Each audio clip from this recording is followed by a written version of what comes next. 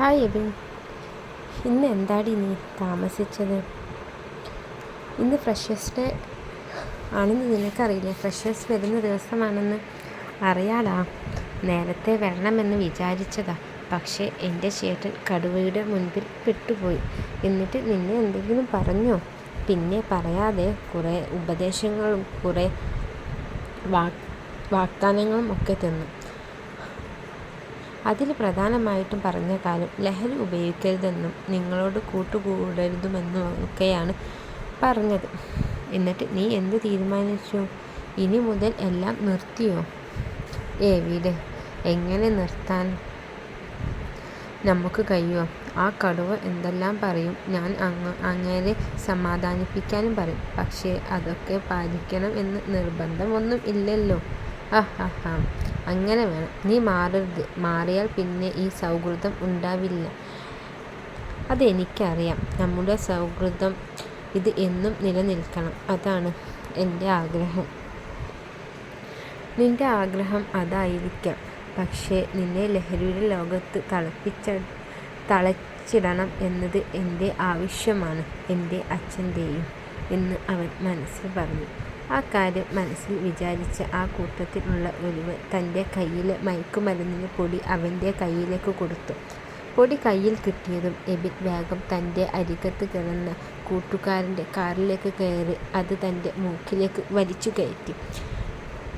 ലഹരിയുടെ ലോകത്ത് ബെല്ലും ബ്രേക്കും ഇല്ലാതെ പാഞ്ഞു നടക്കുന്നവനെ നോക്കി നിന്ന് ആ കുറുക്കൻ്റെ കണ്ണുകൾ കൗശല്യത്തോടെ തിളങ്ങി. ഈ സമയം തൻ്റെ ക്ലാസ് മുറിയിലായിരുന്നു അശ്വതി. കിലുക്കൻപെട്ടിയായ അവളോട് കൂട്ടുകൂടാൻ ആ ക്ലാസ്സിലെ തന്നെ എല്ലാവരും മത്സരിച്ചു. എങ്കിലും അവൾക്ക് കാവ്യക്കും കൂടുതൽ ഇഷ്ടമായത് 2-3 പേർ കൂടി അവളുടെ കൂട്ടിലേക്ക് വന്നു. അവരുടെ പേര് ഇങ്ങനെയൊക്കെ ആയിരുന്നു: ഇഫ്രാൻ, ഇച്ചു, അനുഗ്രഹ, അനു, വരുൺ എന്നിങ്ങനെ. ആ ഒറ്റ മണിക്കൂർ കൊണ്ട് തന്നെ അവർ വളരെ നന്നായി അടുത്തിരുന്നു. വീട്ടിലും കോളേജിലുമെല്ലാം വിശേഷങ്ങളെല്ലാം പറഞ്ഞു തീർന്നതും അവർ ക്ലാസ്സിലേക്ക് ഒരുങ്ങി. പെട്ടെന്നാണ് ആ ക്ലാസ്സിലേക്ക് ഒരു സാർ കടന്നു വന്നത്. അവരുടേതായ ലോകത്ത് മുഴുകിയിരുന്ന ഉച്ചത്തിൽ ശബ്ദം ഉണ്ടാക്കുന്നവനെ നോക്കി ആ സാർ അലറി വിളിച്ചു: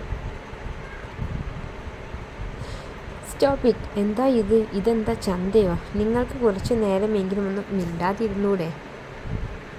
എന്നാൽ സാർ അത്രയൊക്കെ ദേഷ്യപ്പെട്ടിട്ടും അവരുടെ കണ്ണുകൾ ആ സാറിൻ്റെ മുഖത്ത് തന്നെ ആയിരുന്നു. കാരണം അത്രയ്ക്കും സുന്ദരനായിരുന്നു ആ സാർ. ആ ക്ലാസ്സിലെ പിടക്കോഴികൾ എല്ലാം ആ സമയം കൊണ്ട് തന്നെ സാറിൻ്റെ മുഖത്തേക്ക് നോക്കി കൊത്തിപ്പറക്കുന്നുണ്ടായിരുന്നു. ഹായ് ഡിയർ സ്റ്റുഡൻസ്, ഞാനാണ് നിങ്ങളുടെ ഡിപ്പാർട്ട്മെൻറ്റ് ഹെഡ്. പേര് മഹേന്ദ്രൻ. ഓ, മഹേന്ദ്രൻ. ദേവേട്ടൻ. തൻ്റെ അടുത്തിരുന്നവൾ മാഷിനെ കണ്ണു വെച്ച് പറയുന്നത് കണ്ട അശ്വതി അവൾക്കിട്ട് ആഞ്ഞൊരു ചവിട്ട് കൊടുത്തു. എന്താടി നിന്നെ ചവിട്ടാതെ എന്താ ചെയ്യണ്ടേ? നീ പഠിക്കാൻ വന്നല്ലോ അതോ സാറിനെ പ്രേമിക്കാനോ? എന്തിനും. ഓ, ഇതിനെ കൊണ്ടാണോ? എന്താ ഇവിടെ? നിതിൻ സാർ. അവിടെ ശ്രദ്ധിച്ചിരിക്കുക, ഇല്ലെങ്കിൽ ക്ലാസ്സിന് വെളിയിൽ പൊക്കോ. എൻ്റെ ക്ലാസ്സിൽ ഇരിക്കുവാണെങ്കിൽ മര്യാദയ്ക്ക് ഇരിക്കണം, അല്ലെങ്കിൽ വെളിയിൽ ഇറങ്ങിപ്പൊക്കണം. എൻ്റെ ക്ലാസ്സിൽ എല്ലാവരും വേണമെന്ന് എനിക്കൊരു നിർബന്ധമില്ല, പക്ഷേ ഇരിക്കുന്നവർ ശ്രദ്ധിച്ചു തന്നെ ഇരിക്കണം എന്ന് സാർ വളരെ നിർബന്ധമായും തന്നെ പറഞ്ഞു.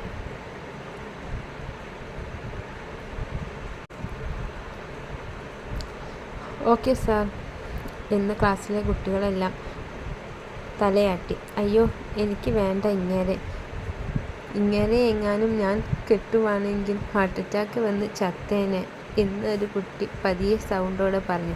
നിനക്ക് ഹാർട്ട് അറ്റാക്ക് വരാനോ? അതിന് നിനക്ക് ഹാർട്ടുണ്ടായിട്ട് വേണ്ട പെണ്ണെ എന്ന് മറ്റൊരുത്തിയും. പിന്നെ എൻ്റെ ഹാർട്ട് നീ എന്താ അടിച്ചു കൊണ്ടുപോയോ? അതോ നീ എടുത്ത് ആർക്കെങ്കിലും വിറ്റോ? ഓ, ഈ സാധനത്തിനെ കൊണ്ട്